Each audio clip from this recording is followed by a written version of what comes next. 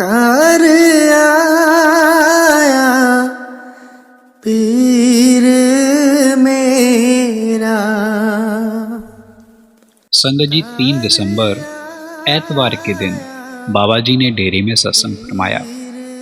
इस भंडारे पर रश बहुत कम था और आज डेरे में सत्संग का वक्त 10 बजे का था और 10 बजे से करीब 5 मिनट पहले बाबा जी स्टेज पर आए। और जब बाबा जी स्टेज पर आए तो पंडाल में शब्द गाया जा रहा था, तू मैं मान निमाणी। और फिर सत्संग में तुलसी जी महाराज की बाणी ली गई। बाणी थी, दिल का हुजरा साफ कर जाना के आने के लिए। और जो सत्संग में मुख्य वचन फरमाए गए वो मैं आपसे आज इस वीडियो में साझा करने वाला हूँ। सत्संग की शुरुआत की गई कि ये तुलसी जी महाराज की बाणी है और फिर फरमाया गया तुलसी जी महाराज और गोस्वामी तुलसी जी महाराज दोनों अलग अलग महात्मा हुए हैं।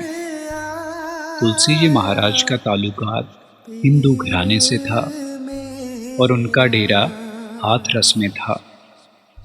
और शेख तकी की खुशकिस्मती थी कि उन्होंने अपना खिमा तुलसी जी महाराज के डेरे के आगे लगा लिया। शेख तकी मुसलमान घराने से थे और हज कर आ रहे थे और तुलसी जी महाराज हिंदू घराने से थे। उन्होंने शेख तकी को समझाने के लिए इस गज़ल की रचना की। आप फरमाते हैं कि रूहानियत का ताल्लुकात किसी धर्म से या फिर मजहब से नहीं है। जहाँ पर देखो तुलसी जी महाराज हिंदू घराने से हैं और शेख तकी मुसलमान घराने से, और फिर भी तुलसी जी महाराज ने शेख तकी को समझाने के लिए एक पूरी गज़ल का उच्चारण कर दिया। और उन्होंने शेख तकी को समझाने के लिए कुरान का हवाला देते हुए समझाया। आप जी ने फरमाया कि हम चाहें किसी भी धर्म से हैं, जब तक हम अपने मन को, अपने दिल को साफ नहीं कर लेते तब तक बात नहीं बनने वाली। हमारा मकसद है कि हम अपने इस घर को साफ रखें। अब जी ने फरमाया कि हम किसी भी धार्मिक स्थान पर चले जाते हैं और वहाँ पर जाकर ऊंची आवाज़ में बात करना भी पसंद नहीं करते। बहुत सोच समझकर हर कार्य करते हैं।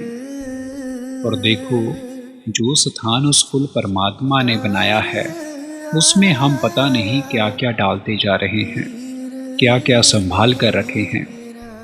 काम, क्रोध, लोभ, मोह, अहंकार जैसे बकारों को भरी फिरते हैं। अब हमें जहाँ पर ये समझना चाहिए कि हरिमंदिर क्या है, वो हरिद्वार कौन सा है। आप जी ने गुरबानी का हवाला देते हुए फरमाया कि हरमंदिर ये शरीर है संतो।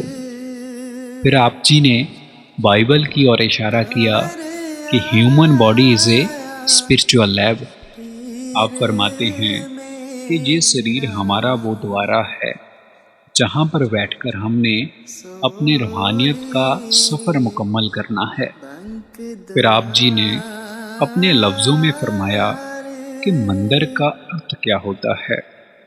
आप जी कहने लगे कि जो मन के अंदर है, और फिर साथ में ही आप इस मन की वास्तविक दशा भी बता देते हैं कि ए मन मैला कि साख सुनावा, कि जे मन पाप कर्मों से अति मैला और अति गंदा हो चुका है, इसे अपने असल की पहचान नहीं है। गुरबानी में आता है, मन तू ज्योत स्वरूप है, अपना मूल पहचान।